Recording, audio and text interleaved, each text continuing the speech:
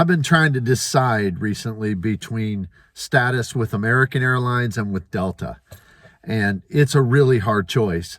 In the past, I had United Airlines status, and I even got as high as platinum status with them.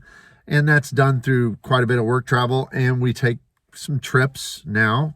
And so I had that, and I wasn't all that impressed with it. And when they changed their system after COVID, they made it kind of easier to achieve status, but then they made it much, much harder. So I thought I need to go a different way because you can't really get very far with credit card spend with United. So to me, even though I was a status flyer with them for like 12 years, they just became less and less appealing. And so I've been on this journey. I did a status match with American Airlines last year, and I completed that on Platinum Pro, which is their second highest publicly available status that you can achieve. And I've enjoyed it. Last year, I got quite a few upgrades. This year, it's been fewer. In fact, I was really disappointed until we had a trip last month, and we went to Myrtle Beach, and on the flights, my wife and I, we got upgraded 3 out of 4 times. So that was pretty good. So it made me kind of renewed a little bit about it. But I'm struggling with whether or not I should stay with American or I should switch over to Delta. Now, Delta, I had their Delta Reserve card, and I also, by the way, have the American Airlines highest level card, which is their executive card that gets me into their lounges because I really, really value lounge access. I mean, that's probably the number one perk for me when flying to make the experience better. I hate paying $20 for a sandwich and a drink in the airport.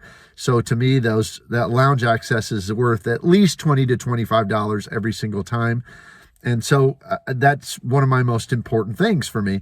So I have that card. I had the Delta Reserve last year, but when they changed their whole system, I thought, well, I'm not going to be able to keep any level of status with them. So I downgraded that this year to a Delta Gold card. However, now that I'm examining Delta's program, it's a lot better than I thought it was because you do get that 2,500 point boost towards your medallion points, which gets you halfway to silver right there. And if you get a business card along with it, you can start off at silver every year.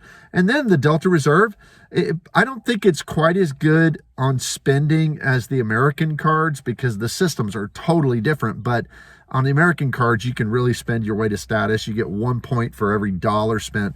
On Delta, you get basically 1 for every $10 spent. However, takes a lot fewer points to reach their status levels. Like, for instance, I think it's 5,000 for silver, 10,000 for gold. On American, it's 40,000 for their lowest level, and then 75,000 for the next level up, 125,000.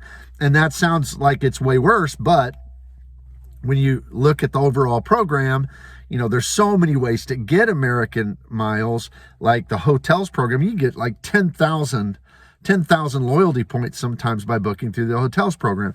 So they're kind of apples and oranges, but when you compare them, basically you can get status through both of them by flying and also by using your credit cards. Now, pros and cons for me, why don't I just stick with American and be loyal to one airline? Well, pros and cons of American is they just have the cheapest flights. I mean, they are very cheap.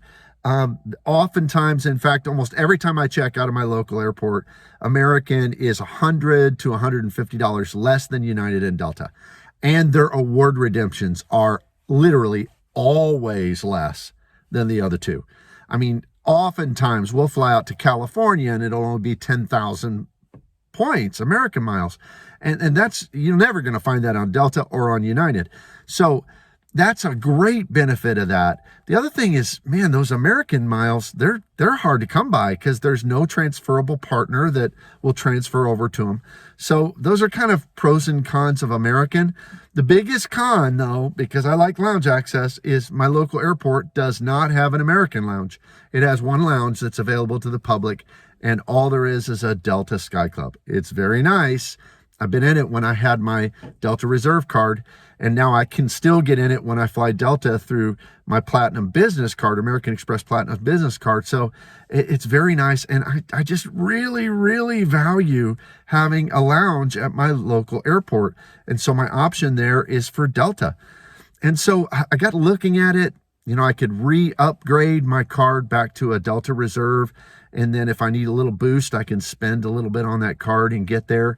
But do I want to give up the American? Because that American, they just have the best points. I mean, their points are just worth more.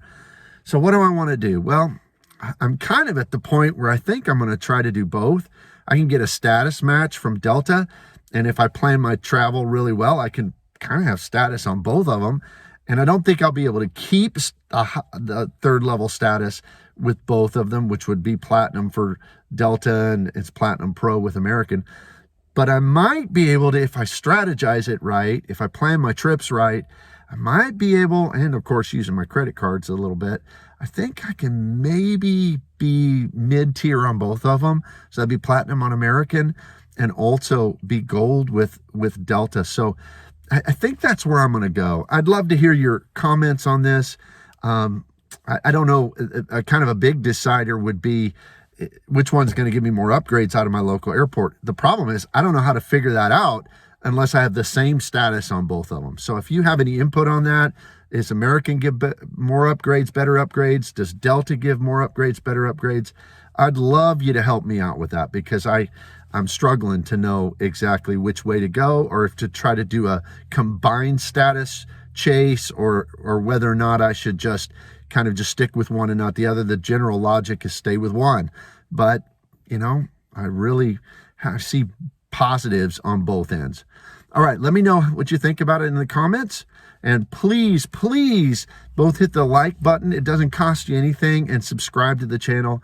I'm trying to grow the channel, trying to reach more people, hopefully help people out. So help me in that way, and I'd really appreciate it. See you here next time.